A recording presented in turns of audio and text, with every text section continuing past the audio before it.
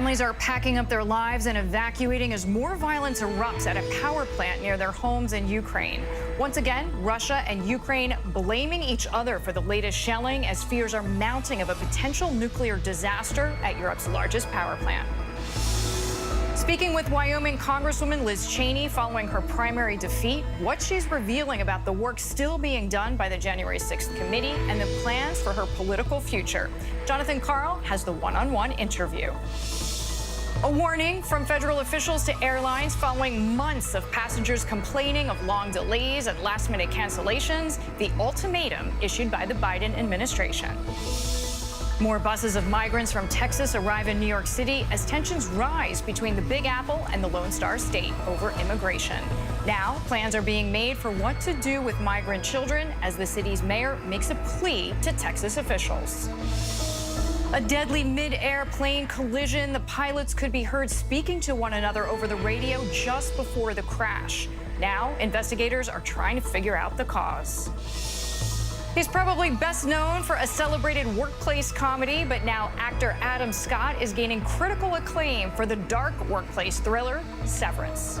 The show sort of looks and feels a bit like a workplace comedy that we're used to these days. It's sort of a comfortable atmosphere, but there's something dark kind of lurking beneath.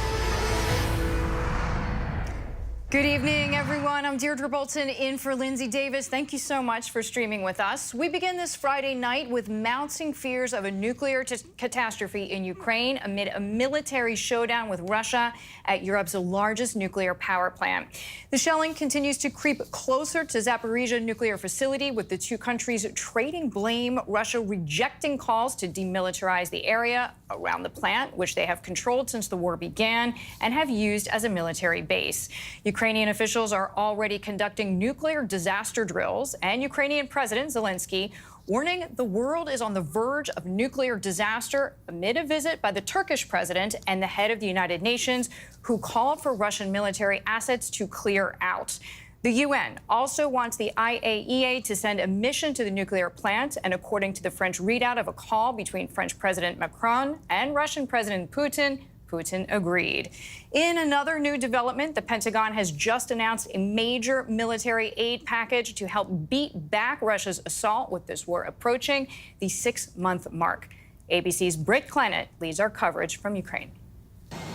Tonight, the US announcing a massive $775 million military aid package for Ukraine. It includes more ammunition for the HIMARS rocket systems, 16 new howitzers, and for the first time, the Pentagon sending 15 Scan Eagle reconnaissance drones to better identify key Russian targets.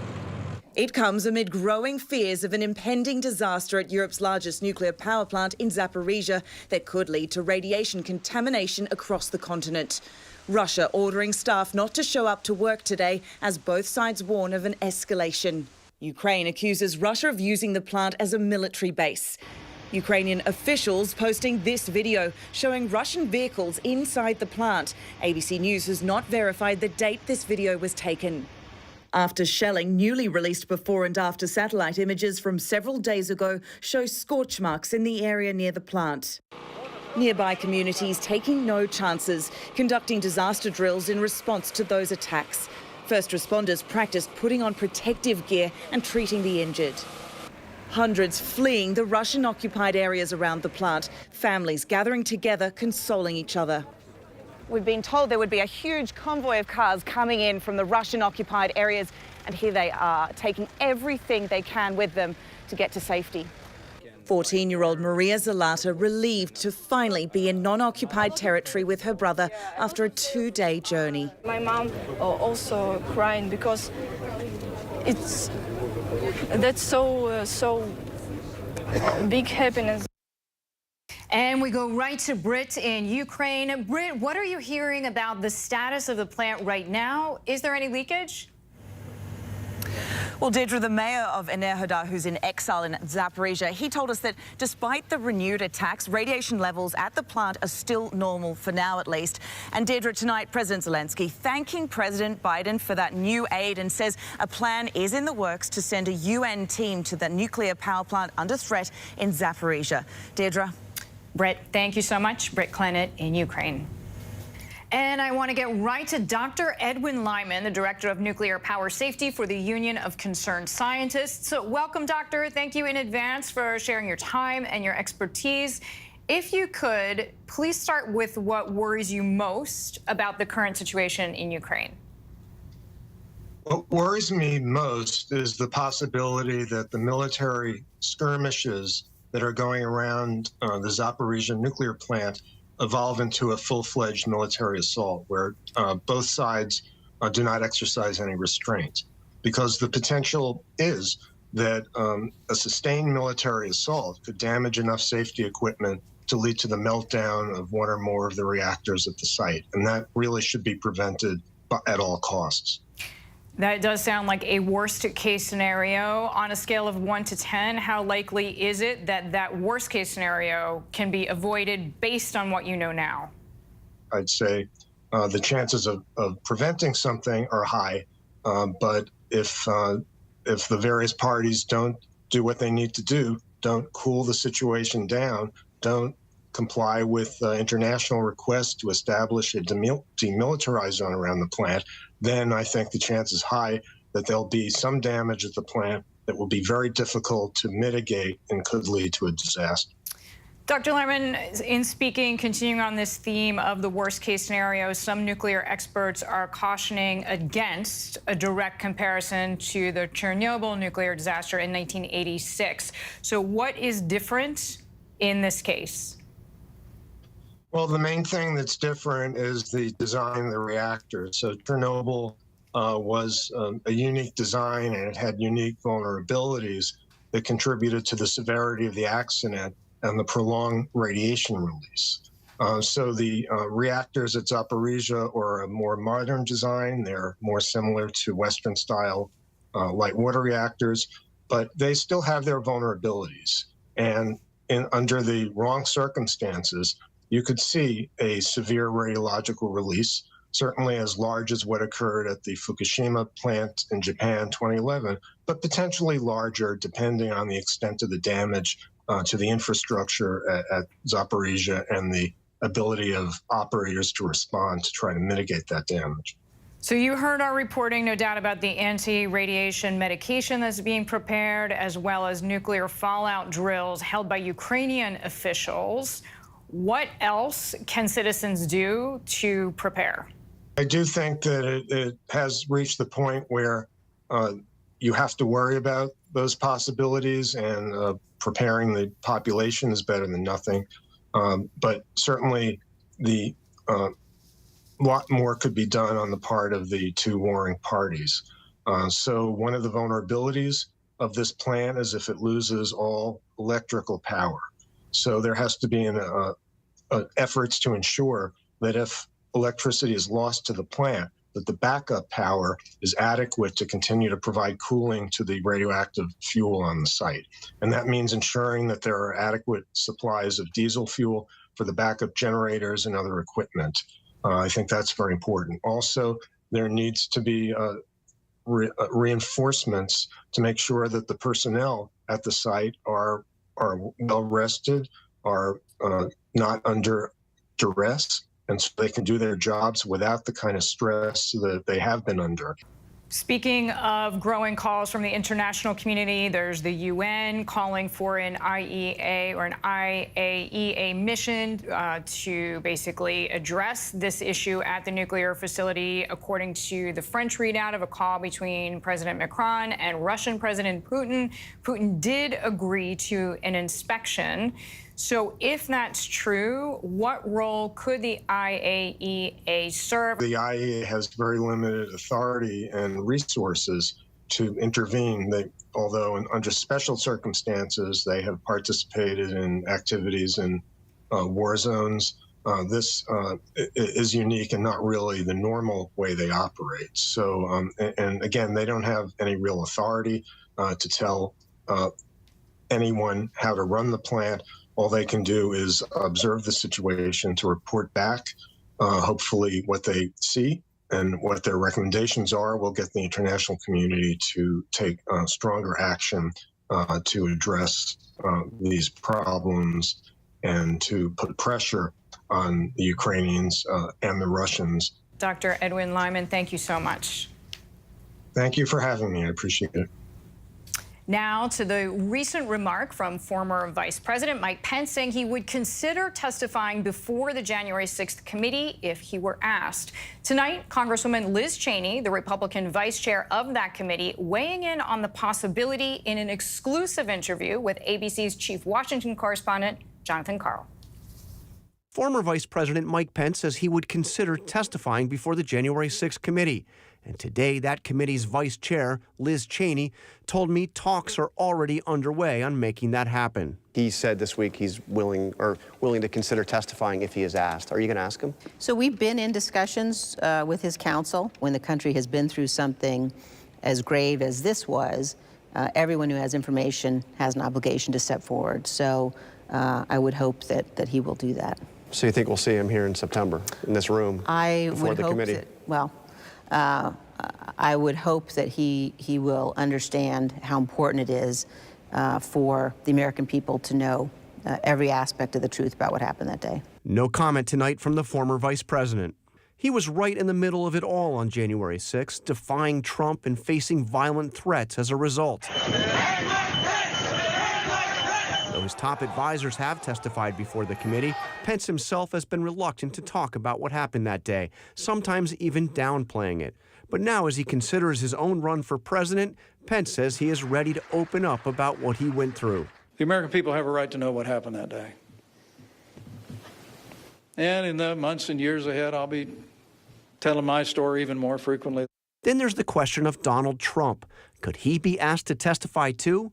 Cheney did not close the door. I don't want to make any announcements about that this morning. But it's possible you'd ask him before wrapping up to testify. Yeah, I mean, I don't want to get in front of committee deliberations about that. I do think it's very important. His interactions with our committee will be under oath. Jonathan Karl joins me now. John, you had a wide-ranging conversation with Cheney. Give us a sense of where she is after her election loss and her plans going forward. Deirdre, this is somebody who is clearly entering a next phase. She conceded her race. She lost her seats. She lost the primary in Wyoming. She's got another 4 months in Congress. She's going to use, I think, every day of that 4 months virtually to work on the January 6th committee. They will have more hearings in September, a final report. But in my conversation with her, I was struck about the way she is going to use this new political organization she has found to go after what she described as election deniers. And this means, and I asked her about this directly, that she is going to be entering, working, campaigning, supporting candidates that are running against Republicans, because most of those election deniers, of course, practically all of them, are Republicans. As for running for president, she's clearly considering it, no question at all about that. I asked her if she would run as a Republican, run for the Republican nomination, or as an independent. That decision is one she has not made yet, but she certainly did not rule out running as an independent. Jonathan Karl, we are looking very much forward to seeing the rest of your conversation. John's interview with Liz Cheney this Sunday morning on This Week. We turn now to that warning to airlines after a disastrous summer travel season. Today, the Department of Transportation is telling the airlines to shape up and do better by customers when disruptions occur. The DOT launching a new website to make it easier for passengers to know their rights. Here is ABC's transportation correspondent, Gio Benitez. Tonight, the Department of Transportation putting airlines on notice, saying fix your problems or new rules are coming. Secretary Pete Buttigieg writing to America's 10 largest carriers that the level of disruption Americans have experienced this summer is unacceptable, noting that in the first 6 months of this year, roughly 24% of domestic flights have been delayed and 3% canceled. The secretary said to take a step back Let's rethink where we are in the industry and actually get back to scheduling an operation that you can actually accommodate. The airline's lobbying group Not Staying Quiet responding that the pandemic has wreaked havoc on all businesses, saying industries across the economy are facing a range of challenges, including a tight labor market. And the government tonight with direct requests for airlines to provide meal vouchers for delays of 3 hours or more and lodging accommodations for passengers who must wait overnight at an airport because of disruptions within the carrier's control.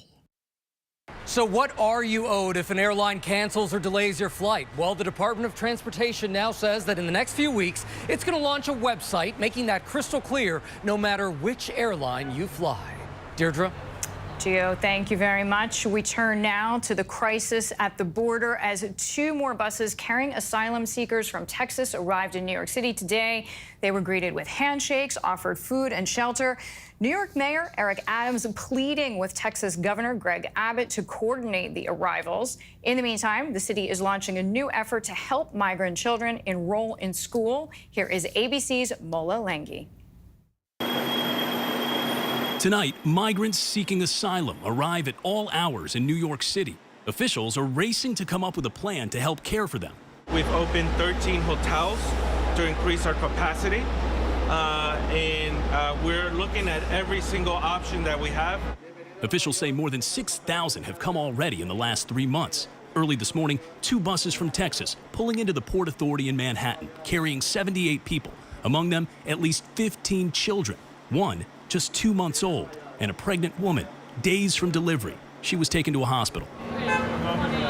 Nightline meeting 18-year-old Amaro just after he got here last week. I'm still a boy who's very young. I hope to have better opportunities here, he says. It took him 2 months to reach Texas from Venezuela. With more and more children on those buses, today city officials announced a program called Project Open Arms to try and quickly integrate some 1,000 migrant children into New York City public schools, simplifying the enrollment process and calling for more bilingual teachers. Officials also had a message for Texas Governor Greg Abbott, who has been sending the buses on a one-way trip without coordinating with officials at their destinations. We're asking the governor to please stop and let all of us work together to figure out how we can best provide the assistance that these human beings need. Mola Lenghi joins me now. Mola, you reported that officials have already opened 13 hotels for the migrants, but they're looking for more? Well, that's right, Deirdre. The mayor of New York City issuing an emergency solicitation seeking bids for up to 5,000 hotel rooms and other facilities that can accommodate and provide services to these migrants on just a 24-hour notice. Mola, thank you so much. Mola Lenghi. We are learning more tonight about that deadly mid-air accident near San Jose, California, where 2 small planes collided on their final approaches to an airport that has no air traffic control. It happened midday Thursday in clear weather. The 2 pilots were speaking to one another on their radios just before the collision. Here's ABC's Alex Prochet. Investigators tonight are desperate to understand how 2 planes collided mid-air just south of San Jose, California. Home security footage capturing one plane approaching the Watsonville Municipal Airport. Suddenly, debris as it falls from the sky. In the distance, a ball of fire as the second plane crashes at the airport. It was almost like a missile hitting another plane, as if the faster plane had gone right through the smaller plane. Traffic, Twin Cessna 740. Audio linked to the plane's tail numbers show the pilots communicating right before the collision. Full stop, looking for traffic on left base. Yeah, I see you. You're behind me. I'm going to go around then, because you're coming at me pretty quick, man. The FAA says the first plane, which slammed into this field, was a single-engine Cessna with 1 person on board. The second, that barreled into this airport hangar, a twin-engine Cessna with 2 people on board. The NTSB confirming 3 fatalities, adding that a dog in the larger Cessna also did not survive. You're supposed to see and avoid the other guy. But if the 2 pilots can't see each other because of the physiology of the airplane, one a high wing, the other a low wing, then you've got a major problem. When we come back, what ignited this raging fire that sent flames and a massive amount of smoke shooting into the air? Waiting for more Severance, actor Adam Scott talks to us about his critically acclaimed dark thriller series and what's in store for season 2. And emotional testimony from Vanessa Bryant, who is suing over allegations that first responders shared crash scene photos of where her husband, Kobe Bryant, and her daughter were killed, along with 7 others. The fear, she says, still lingers.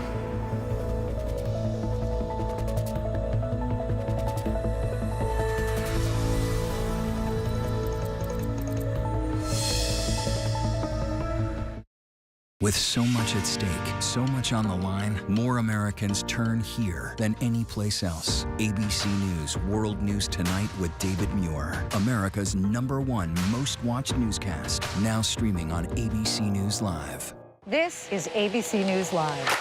The crush of families here in Poland. At refugee centers. In Putin's Russia. On the ground in Ukraine. Close to the front line. Here at the White House. Destructive Cat 4 storm. Here along I-5. Boston is in the bullseye. Let's go. We made it. ABC News Live, America's #1 streaming news. Anytime, anywhere. Streaming 24/7, straight to you for free. Thank you for making ABC News Live America's #1 streaming news.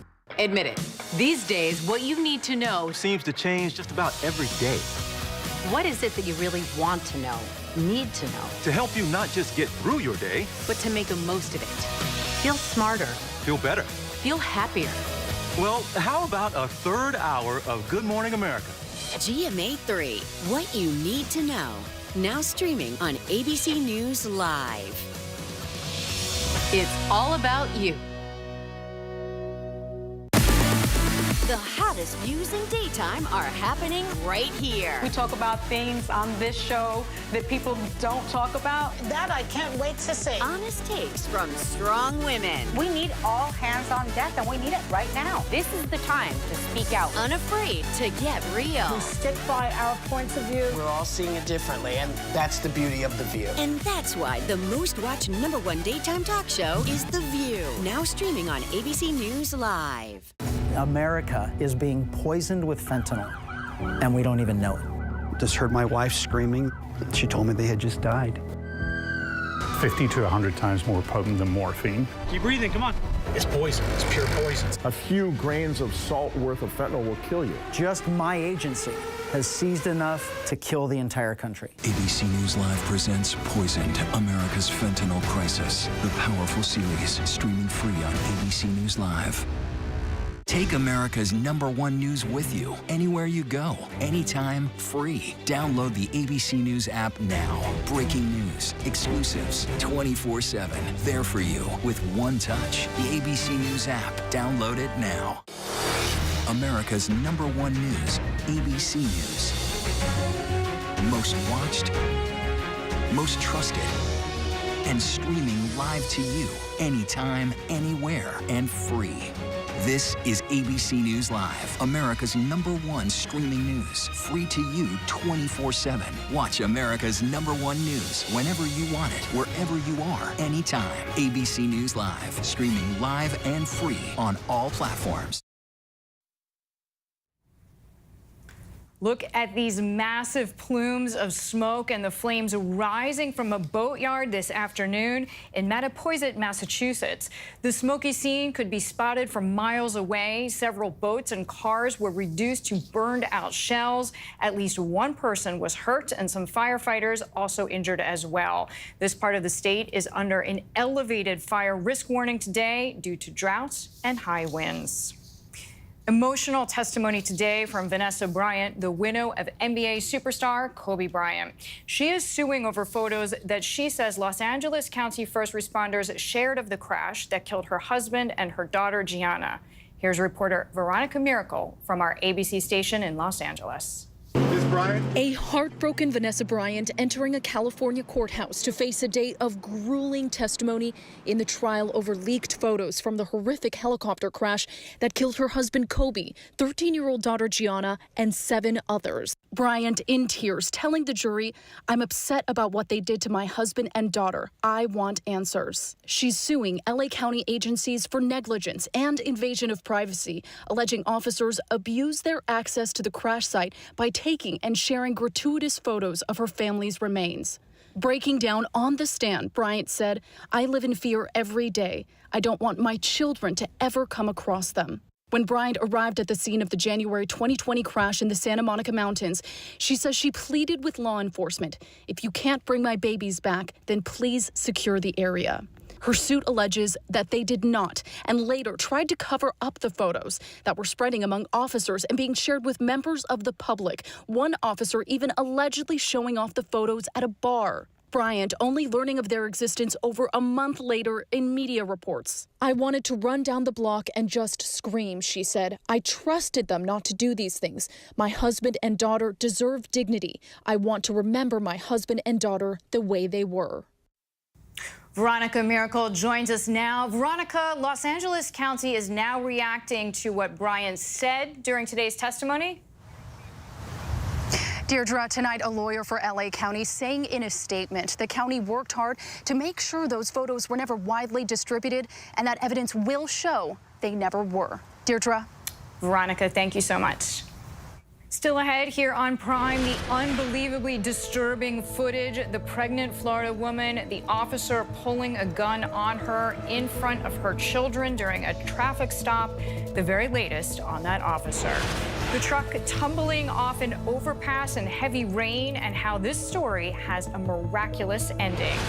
And have you heard about the wild swings in Bed Bath & Beyond stock? We'll take a look by the numbers. But first, our tweet of the day, courtesy of NASA, of our beautiful home.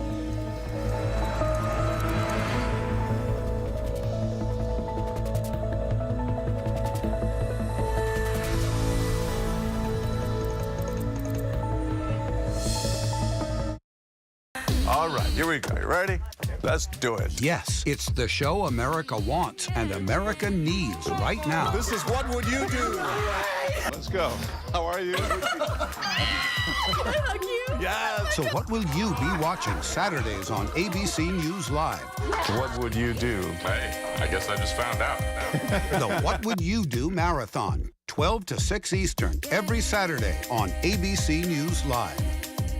My favorite show. This is ABC News Live. The crush of families here in Poland. At refugee centers. In Putin's Russia. On the ground in Ukraine. Close to the front line. Here at the White House. Destructive Cat 4 storm. You're along I-5. Boston is in the bullseye. Let's go. We made it. ABC News Live, America's #1 streaming news. Anytime, anywhere. Streaming 24/7, straight to you for free. Thank you for making ABC News Live America's #1 streaming news. America is being poisoned with fentanyl, and we don't even know it. Just heard my wife screaming. She told me they had just died. 50 to 100 times more potent than morphine. Keep breathing, come on. It's poison, it's pure poison. A few grains of salt worth of fentanyl will kill you. Just my agency has seized enough to kill the entire country. ABC News Live presents Poisoned, America's Fentanyl Crisis. The powerful series, streaming free on ABC News Live. These days, with so much going on, it's hard to keep up. While others are recapping yesterday's headlines, We're bringing you the right now. This is the busy border crossing. Steel barricades, another strike. the right now look at the day ahead, how it affects you and your family. Record high gas prices. The threat of cyber warfare. Is peace possible? World News Now beginning at 2 a.m. Eastern, followed by America This Morning, America's #1 early morning news. streaming here on ABC News Live. Take America's #1 news with you anywhere you go, anytime, free. Download the ABC News app now. Breaking news, exclusives, 24/7. There for you with one touch. The ABC News app. Download it now. As of today, in a big way, we have inaugurated abcnews.com. A lot has changed in our world since Peter made that announcement. But what hasn't changed is the commitment to groundbreaking reporting and innovation at abcnews.com. And Here's to everything ahead. Bed Bath & Beyond's amazing gains in the stock market may be coming in for a crash landing, but not before making at least 2 investors very rich. Here's a look at the rise and fall of the latest meme stock by the numbers. Less than a month ago, $5 was all you needed to pick up a share of Bed Bath & Beyond stock as the struggling retailer faced pressure to revamp its business amid declining sales. But in the past week, the stock spiked as high as $30 a share in the latest meme stock craze as retail investors began pouring into the heavily shorted stock. $110 million. That's how much a 20-year-old college student made on the stock. He held a 6% stake in the company. That is 4.96 million shares, bought at $5.50 a share with money raised from friends and family. The University of Southern California math major sold at more than $20 a share on Tuesday. The other big payday is for activist investor Ryan Cohen, an estimated $59 million in common stock earnings, not to mention options. The GameStop chairman, he owned 7 million shares of the company before announcing yesterday that he was selling, causing the stock to plummet. 11:03, that is where Bed Bath & Beyond closed today, a more than 40% drop in one day as frantic investors in the struggling retail chain sold. Shares up more than 200% this month. Before their crash, volume was high, despite the $358 million reported loss in the first quarter and negative operating cash flow. It appears the meme stock craze isn't over yet. A windfall for a fortunate few and a big gamble for the rest. We still have a ton to get to here on Prime. No more Mardi Gras. What could be endangering the future of New Orleans' massive celebrations? And the security issue leading Apple to push its users to get an update. Plus, why there's more to these engagement photos than meets the eye. But first, a look at our top trending stories on abcnews.com.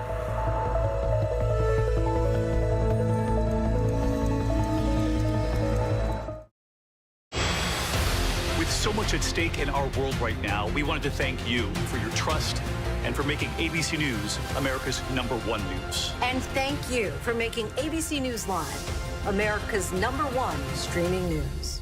Now streaming on ABC News Live 2020. True crime, cinematic, real-life drama, stunning, the unthinkable. Follow the clues, The Hunt. True crime 2020. Now streaming on ABC News Live.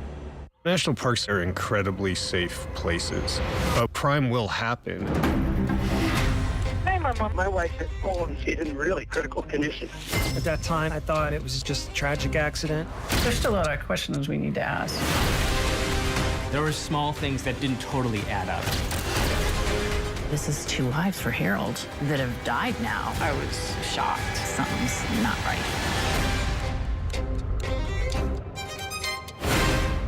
Admit it. These days, what you need to know seems to change just about every day.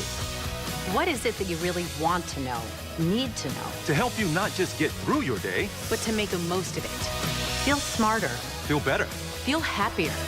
Well, how about a third hour of Good Morning America? GMA 3, what you need to know. Now streaming on ABC News Live. It's all about you. I know what happened, and I'm not guilty. Why the fascination with criminal trials? Figure out what's really out there. She revealed she had murdered his family. I know in my heart they did this. It's the time of suspicion. The ending's really tough. You don't know whether truth is going to be difficult to find unless you try to find it.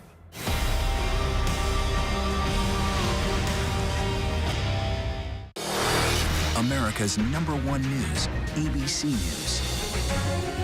Most watched, most trusted, and streaming live to you anytime, anywhere, and free.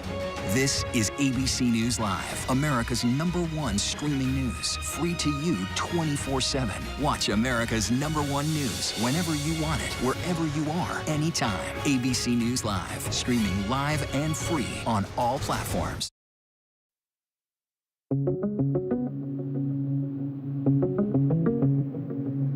Growing fears of a potential nuclear disaster in Zaporizhia, Ukraine. the home of Europe's largest nuclear power plant, where shelling has been intensifying for days now. Several recent strikes reported, sources telling ABC that Russia urged plant workers to stay home Friday. This video circulating online shows a projectile landing and exploding nearby. Ukraine and Russia blaming each other for the ongoing attacks, both sides warning of an escalation. Common sense must prevail to avoid any actions that might endanger the physical integrity, safety, or security of the nuclear plant. Ukraine's president meeting with the UN Secretary General, who's urging the area to be demilitarized. Agreement is urgently needed to establish Zaporizhzhia as purely civilian infrastructure and to ensure the safety of the area. A British citizen who became a high-ranking ISIS terrorist and part of a group dubbed the ISIS Beatles was sentenced today to 8 concurrent life sentences for the kidnapping and murder of freelance journalist James Foley. El-Shafi El-Sheikh was also involved in the detention and murders of Stephen Sotloff, Kayla Mueller, and Peter Kassig in 2014. James Foley's mother, Diane, remarking that her son's murder occurred exactly 8 years ago today. This anniversary of Jim's brutal beheading is a solemn and tragic marker that no family should have to endure. But this continues. Currently, we have more than 67 of our U.S. nationals currently wrongfully detained, held hostage abroad, simply for being American. A temporary win for Michigan Governor Gretchen Whitmer and pro-abortion advocates. A judge ruled county prosecutors could not enforce a 1931 law that puts a near total ban on abortions in the state. The judge granted Whitmer's request for a preliminary injunction, saying not doing so would cause harm. The governor filed a lawsuit in April seeking to uphold Michigan's current abortion protections. The state's Board of Canvassers will announce at the end of the month if a constitutional amendment protecting abortion rights will be on the ballot in the November election. New Orleans is dealing with staffing shortages that could put Mardi Gras in jeopardy. At the end of a town hall meeting Thursday night that addressed staffing shortages in various departments, Mayor LaToya Cantrell said dwindling staffing within the New Orleans Police Department could make it difficult to put on Mardi Gras next year. We don't have adequate police. It could mean that there will be no Mardi Gras. That's a fact. If our officers cannot be safe, then there's no way that our city will be safe. Cantrell said the NOPD is focused on recruiting and retaining officers. I ain't worried. I got my gun on you. We're all good here. A Florida deputy has been forced to resign for his actions at a traffic stop involving a pregnant mother. In newly released body camera video, Bradford County Deputy Jacob Dessou is seen pulling a gun on Ebony Washington in front of her children. I was so nervous, so scared. I mean, the gun part, it was just too extreme for me. Washington was reportedly being pulled over for speeding and said she waited until she was in a well-lit area where it was safe to pull over, but Dessou didn't want to hear from her. Bradford County Sheriff Gordon Smith told ABC affiliate WJXX that Washington did everything she was supposed to do in that situation. That's what I want my wife to do. That's what I want my daughter to do. It's what I want my neighbor to do if you feel unsafe. Apple is telling customers to update their devices immediately out of concern hackers could strike. The company finding a vulnerability in its operating systems that gives hackers the ability to take control of a device, install an arbitrary code with, quote, maliciously crafted web content. The vulnerability affects iPhones dating back to the 6S model through current models, as well as the iPad 5th generation and later, the iPad Air 2 and later, the iPad Mini 4 and later, all iPad Pro models plus the 7th generation iPod Touch. There is a new shark alert heading into the weekend for visitors in Myrtle Beach, South Carolina. Authorities say 2 people were attacked by sharks on the same day this week, less than half a mile apart. One swimmer was bitten on the leg. A little more than an hour later, a grandmother was severely bitten on the arm. She received hundreds of stitches. And in Florida, a family, a child, and a dog are said to be doing fine after being struck by lightning. Sadly, though, the child's mother was killed by the strike. It all happened, police say, after lightning hit a nearby tree and energized the surrounding area, hitting the victims. They were all leaving school when it happens. Now to a wild scene in Texas. An 18-wheel truck tumbled over an overpass there in the middle of a rainstorm. You can see the driver stand up after narrowly escaping. Amazingly enough, he was not seriously hurt after this. Tonight, nearly 10 million Americans under flood alerts, monsoon rains for the Southwest, and now a growing tropical threat. Meteorologist Cheryl Scott from our Chicago station, WLS, is tracking it all. Hi, Cheryl.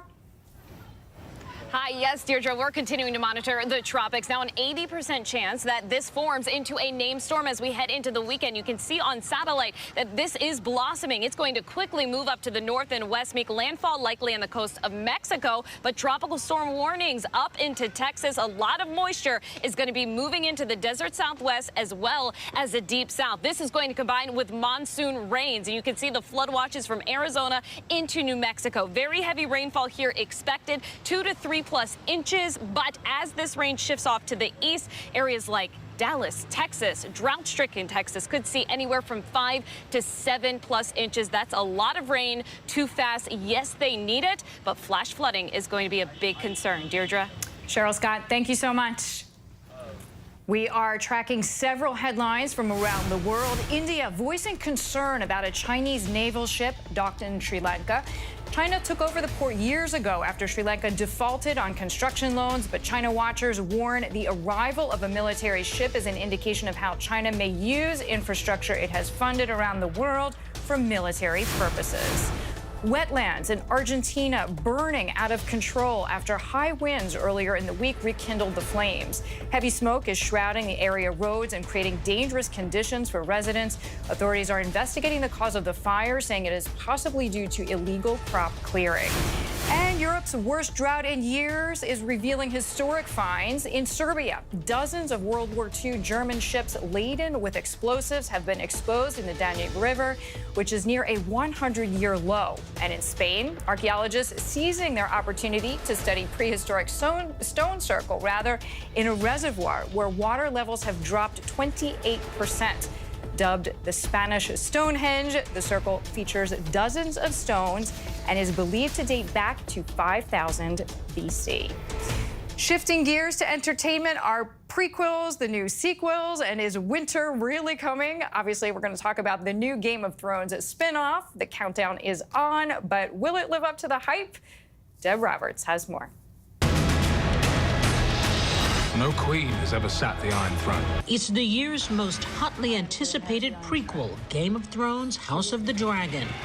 The spin-off based on the companion novel Fire and Blood from George R.R. Martin, taking place roughly 200 years before Daenerys Targaryen and her dragons reigned in Game of Thrones.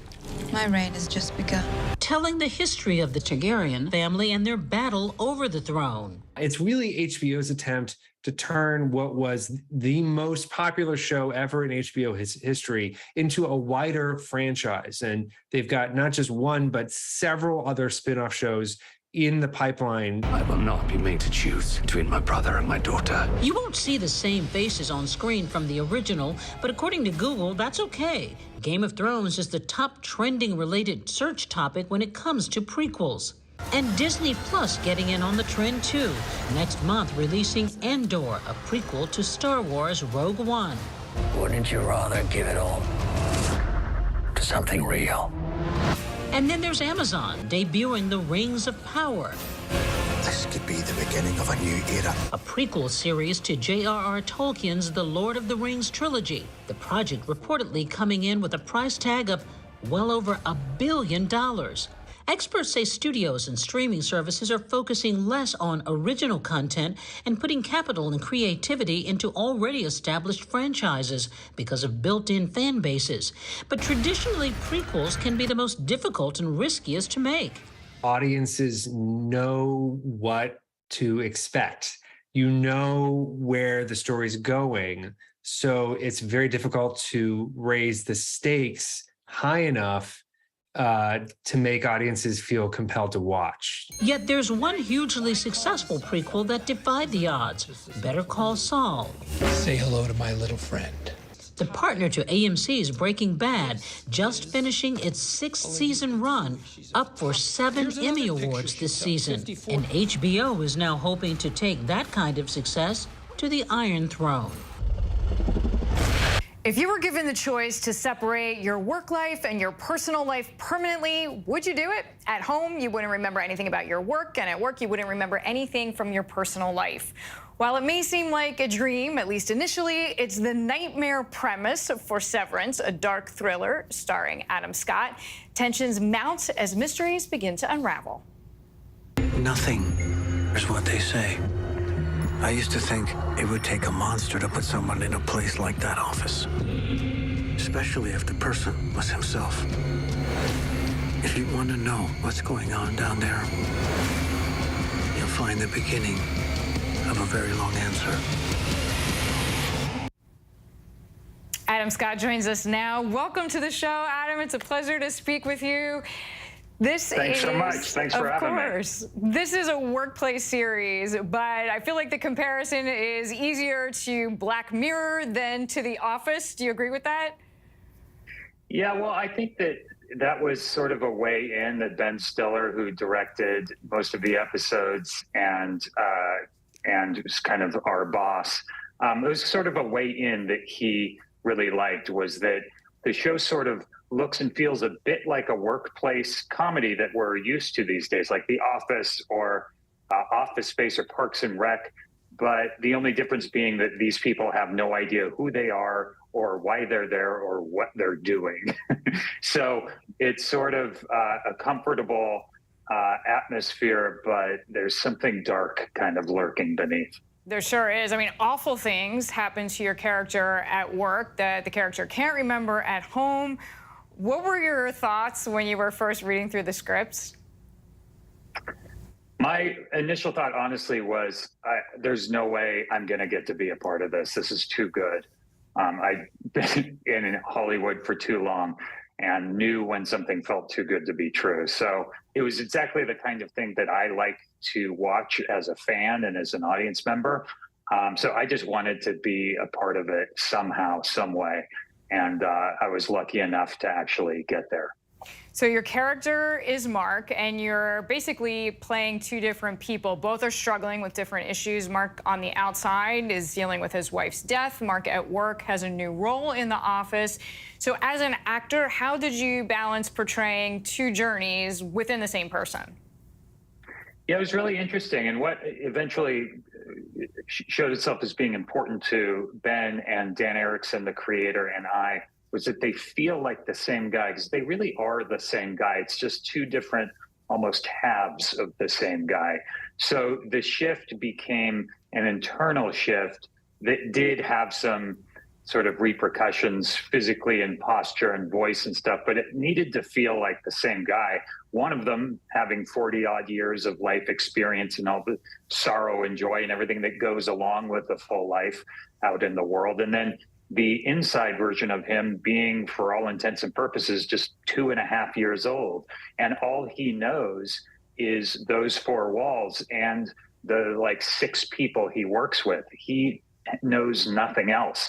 And so it became almost a math problem, switching between the two and adding or subtracting life experience, essentially. Life experience, and harkening back to something you said about Ben Stiller, known really well for comedy, directing, of course, the series, but the cast is really superstar-studded. I mean, John Turturro, Patricia Arquette, Christopher Walken. As emotions heighten, you all seem to be on the same page about how to portray that. So how did you collaborate to make it work? It was a lot of just experimenting and trying to figure it out as we went, because it was such a big swing tonally. It's such a strange idea and a strange world that we're trying to piece together, that when we first started actually shooting it, we were just sort of trying different things out and trying to figure, the language is really specific too. So just trying to figure out what felt right. And eventually we landed on what you see in the show, but it took some experimentation. And Ben is a really collaborative, fun director. And he was also figuring it out kind of on the spot. And so we eventually kind of found something and went with it. And that's what you see in the show. It's so successful. It's been nominated for so many awards, 14 Emmys. You're coming back. So is there anything you can tell us about season 2? If I did tell you anything about season 2, a tranquilizer dart would hit me in the side of the neck and I would drop out of frame. Yeah, understood. Well, so if you want to see that happen, sure, I'll tell you whatever you want to know. Go for it. All right. Well, you started a very different workplace series that you referred to, Parks and Recreation. You filmed a short reunion scene during the COVID lockdown. Any chance we will see all of you together again? You know, I don't know. I think that's entirely up to Mike Schur, the co-creator of the show, and Amy Poehler. That they were really, leading us all during those years. It was so much fun. I would love to see all of them again, whether we're working or not. We stay in touch and are all friends. But it would be a blast to see them, whether it's for Parks and Rec or otherwise. They're the best. Well, Adam, congratulations on your success so far. More to come. Thank you for your time. And as a reminder to our viewers, the first season of Severance is now streaming on Apple TV+. Thank you. More than 2 years into the global pandemic, it is safe to say that pizza has proven its power to please as America's favorite food. Sales have soared, but so has the drive to make perfect pizza at home. Tonight, our Devin Dwyer has a closer look at what some are calling a new Bible of pizza and the unlikely duo of chef and scientist behind it.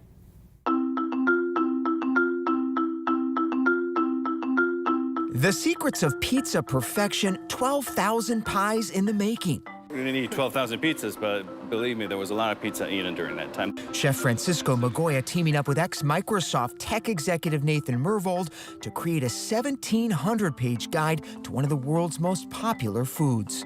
We are unapologetic about loving pizza, and part of that says, hey, you can make a very traditional one, but if you want to step out a little bit on the wild side and try some stuff that might seem crazy, you might find you like it.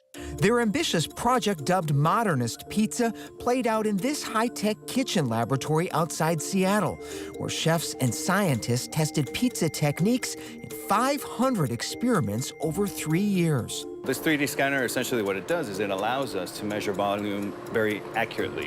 What we learned from this is really, truly how ingredients interact with each other, how they affect each other. This gives you a more precise reading than your tongue. Oh, for sure. Absolutely. From the texture of the dough to the tanginess of the tomato sauce. So these are your grocery store tomatoes the hardest we could find. The hardest. Okay, those are usually pretty tasteless. Yes. So. Okay. Wow. It's just That's unbelievable. It's like the ripest summer salty, tomato. tangy. Super flavorful. I'm gonna take this home and keep eating it. I mean, it's like you could eat it just like that. It really is that good. The team even finding new uses for day-old leftover slices. We took a pizza and we freeze-dried an entire pizza that we baked. So there's absolutely no moisture in this pizza. You could eat it if you wanted to. It would be like a cracker. A problem with some dishes that are viewed as traditional is they stop evolving and they stop improving. And I think that's a terrible mistake. People said, you know, I could improve it. I could improve it here. I could improve it there. And that continuous improvement is what brings you things that are just fantastically delicious. At 35 pounds and 1,000 recipes, Myhrvold and Magoya's passion project has been dubbed the Pizza Bible. Pretty much, I think everything you need to know about pizza is in here, at least it should be. What I'm taking away is that you're really actually trying to empower people to make their best pizza. The most important thing, that the objective of this book is for people who love pizza to have a deeper understanding of it, to learn ways of making it better, to basically, I guess you could say, perfecting it. We got a taste for ourselves from the chewy traditional Neapolitan. This is the original pizza. This is where all other pizzas come from. To modernist pies on the cutting edge. So you can hear how crispy the crust is. This pizza, a take on ham and pea soup with an experimental delicacy extracted from ordinary frozen green peas. And that's what we call pea butter. Pea butter. Yeah, but you know, there's no fat in peas. The truly perfect pizza, Magoya says, may be all in the eye of the beholder. Truffles are more than flavor, it's aroma. But after trying slices at 250 pizzerias worldwide, he has a handle on the good. What makes Detroit pizza Detroit is first the pan that it's baked in, which is this. These were pans that were used in the automotive industry. And the not so good. I will say that the worst pizza I had was a pizza that had bananas on top. It's bananas, pizza cheese, and tomato sauce. And that sounds it's awful. as bad as you think it is, maybe worse. How do you think the pandemic's changed pizza making? When people started staying at home, they wanted to do all these projects, whether it was sourdough or knitting or what have you. Pizza was part of that as well. But it's also changed in the way that restaurants had to pivot. Restaurants that may not have been serving pizza. Pizza is a great food for making ahead of time, putting in a box, and sending away. The data shows Americans devoured pizza during COVID. I mean, what does that tell you? I mean, it's a food that is very close to our heart. And not just Americans, but the world over. There's only, I think, 2 countries where you can't find pizza. Pizza has found a home in almost every country on the planet, so there's a reason for that. So whether it's take home or try it yourself, pizza perfection now perhaps more achievable than ever. Our thanks to Devin Dwyer for that. Now we want you to meet the couple that fooled the internet with their wedding engagement photos, making Tennessee look a lot like Tuscany at a spot you might not expect. ABC's Will Gantz explains. Whether under the Tuscan sun or eat, pray, love. It's not. Come on, cheers. It's obvious that Italia is a beautiful place to fall in love, which is why Carl C. Bibb and Caden Mills decided to take their engagement photos there. Only that's not Italy. It's Olive Garden. Yeah, we love Olive Garden. Okay, good. Yeah, I mean, how can you not? Endless breadsticks, what's not to like? Exactly. The idea for the Italian villa-themed shoot coming from Cookeville, Tennessee-based photographer Shay Cravens. I asked her if there was anywhere she wanted to shoot that she hadn't yet, and she threw out Olive Garden. Initially, we were kind of hesitant, and we weren't sure how they were going to turn out. We just knew whatever she had up her sleeve would be perfect.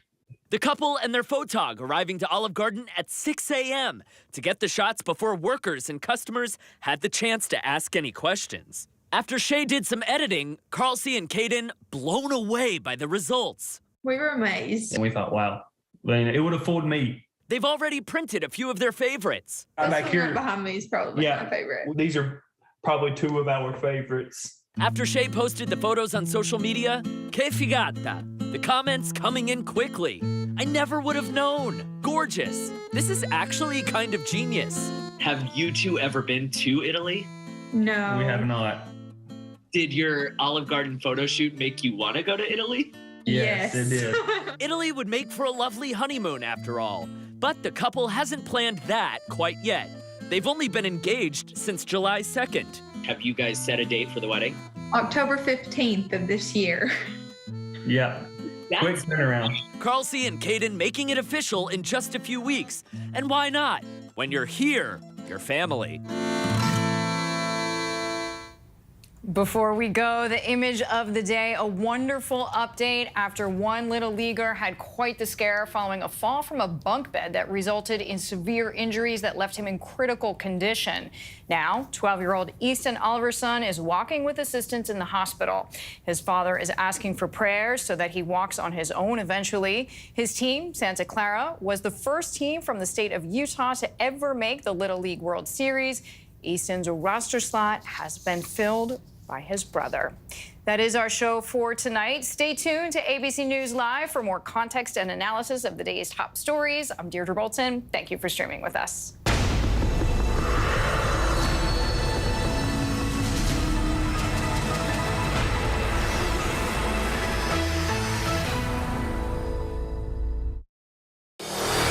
America's #1 news, ABC News. Most watched, most trusted, and streaming live to you anytime, anywhere, and free. This is ABC News Live, America's #1 streaming news. Free to you 24/7. Watch America's #1 news whenever you want it, wherever you are, anytime. ABC News Live, streaming live and free on all platforms. Take America's #1 news with you, anywhere you go, anytime, free. Download the ABC News app now. Breaking news, exclusives, 24/7. There for you with one touch. The ABC News app. Download it now. With so much at stake in our world right now, we wanted to thank you for your trust and for making ABC News America's #1 news. And thank you for making ABC News Live America's #1 streaming news. He thought he was God. He's now one of the most vilified men in the world. He is the everyman. Zelensky is the Tom Hanks of Ukraine. The fact that a little nice Jewish boy is 5'7" is showing up this KGB agent in the Kremlin. What do you say to Americans who see Russia and you not only as a rival, but an unfriendly adversary? Two men at war. Which Vladimir will take over. The world is not going to be the same. So what's good to read this summer? Well, Kate and I have decided to jump in and help you. And we're talking with Oprah, John Irving, and so many popular authors and influencers. So we want you to join us. Myself, Charlie Gibson, and my daughter, Kate Gibson. Oh, hey, that's me. That is you. For the new podcast series, it is called The Bookcase with Kate and Charlie. We will make sure you love what you read. Listen anywhere and anytime. The Bookcase Podcast, wherever you get your podcasts. Thank you for making ABC's This Week, Sunday morning's #1 news show versus the competition. He was a very popular guy in high school. Zach Horowitz basically grew up like a Hollywood star. A Midwest kid with Hollywood dreams. It's a familiar story, but this one is a blockbuster. Right off the bat, it was apparent that there were several hundreds of $1 million that nobody could account for. It's not just about a guy who wants to be behind the camera. He wants to be a star. I was not terribly impressed by Zach's acting chops. He found another route to the top. This was an investor's dream come true. They're all in big Hollywood business. It's everybody from your mom, your dad, grandparents, and then they lost everything. Nobody saw it coming. I couldn't fathom doing that to friends. A Ponzi scheme can only grow so large. He had a 1,000-bottle wine cellar. He flew on private jets. He wore $500 T-shirts.